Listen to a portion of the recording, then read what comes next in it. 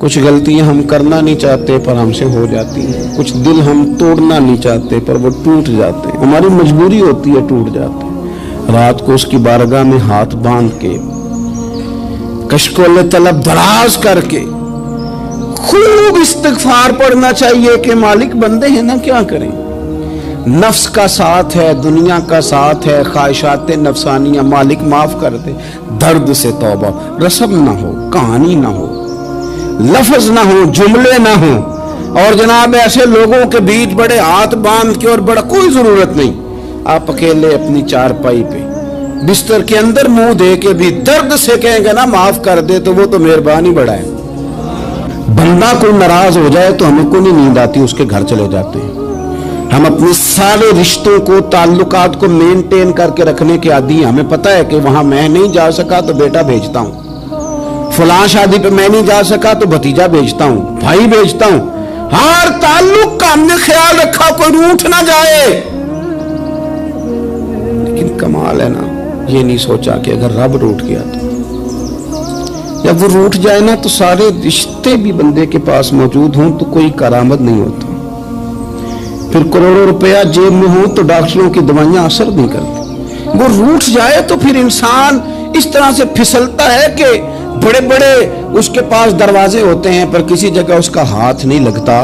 خدا را خیال کریں، دنیا روٹتی ہے تو روٹ جائے، رب رسول ناراض نہ ہونے پائیں، اس کا خیال کریں۔ حضور فرماتے ہیں مسکراتا ہے، اسے خوشی ہوتی ہے جب کوئی اس کا بندہ اس کی طرف رجوع کرتا ہے۔ آپ دیکھیں نا، سارے ڈاکٹروں نے کہہ دیا کہ اس کے تو گردے، معدہ، جگر ہر چیز ختم ہے، گھر لے جاؤ، خدمت کرو، ہر طرف پریشانی ہے۔ وہ بندہ بھی سمجھ گیا ہے کہ آخری وقت آ گیا، کل جاؤں پرسوں جاؤں، تیاری ہو گئی، سب لوگ آ گئے، باہر والے بھی آ گئے، یہ ماحول ایک عجیب رنگ اختیار کر گیا۔ اچانک ایک ڈاکٹر نے آ کے کہا نہیں غلطی لگ گئی تھی۔ مجھے بتائیے انداز کیا ہوتا ہے؟ بغیر دوائی کے بندہ اٹھ کے کھڑا نہیں ہو جاتا، او میں تو بچ گیا ہوں۔ میرے نبی پاک صلی اللہ علیہ وسلم مثال دیتے ہیں، فرمایا ایک آدمی صحرا میں جا رہا، صحابہ سے حضور خطاب کر رہے ہیں، فرمایا ایک آدمی صحرا میں جا رہا تھا، اس نے اپنی اونٹنی پہ کھانا، پانی، پیسے، ہر چیز رکھی ہوئی تھی۔ صحرا تھا بہت بڑا، درمیان صحرا کے گیا تو تھوڑا سا سستانے کے لیے، آرام کرنے کے لیے اونٹنی سے نیچے اترا۔ اب اس نے اونٹنی کی لگام، اونٹنی کی نکیل اپنے سرہانے کے نیچے رکھی، ہاتھ کے ساتھ پکڑی اور سو گیا۔ تھوڑی ہی دیر کے بعد جب اس کی آنکھ کھلی تو دیکھا اونٹنی غائب ہے۔ صحرا میں وہ پیدل نہ آگے جا سکتا ہے، نہ پیچھے جا سکتا ہے، نہ دائیں نہ بائیں، کھانے کو روٹی نہیں، پینے کو پانی کا قطرہ نہیں، تھوڑا ادھر بھاگا ادھر بھاگا، تھک گیا۔ کریم محبوب فرماتے ہیں وہ پوری طرح نڈھال ہو گیا اور مایوس ہو گیا، معاذ اللہ، مایوس ہو کے دوبارہ اسی جگہ آ کے لیٹ گیا جہاں پہلے لیٹا تھا، انتظار کرنے لگا کہ اب موت ہی آئے گی، آخری وقت ہے، اب نہ میں پیدل یہ صحرا کراس کر سکتا ہوں، نہ پیچھے جا سکتا ہوں، نہ کھانا ہے نہ پانی ہے، سوائے موت کے کوئی سہارا نہیں۔ حضور فرماتے ہیں وہ رستے میں دوبارہ لیٹ گیا، اچانک اس نے رخ بدلا تو اونٹنی سامنے کھڑی تھی۔ حضور نے صحابہ سے پوچھا بتاؤ نا اسے بھلا کتنی کو خوشی ہوگی؟ یا رسول اللہ جسے نئی زندگی مل گئی ہے۔ نبی پاک صلی اللہ علیہ وسلم فرمانے لگے اس کی اونٹنی مل گئی، بتاؤ بھلا اسے کتنی خوشی ہوگی؟ یا رسول اللہ وہ تو دوبارہ دنیا میں آ گیا۔ حضور فرمانے لگے اسے کچھ بھی خوشی نہیں ہوئی۔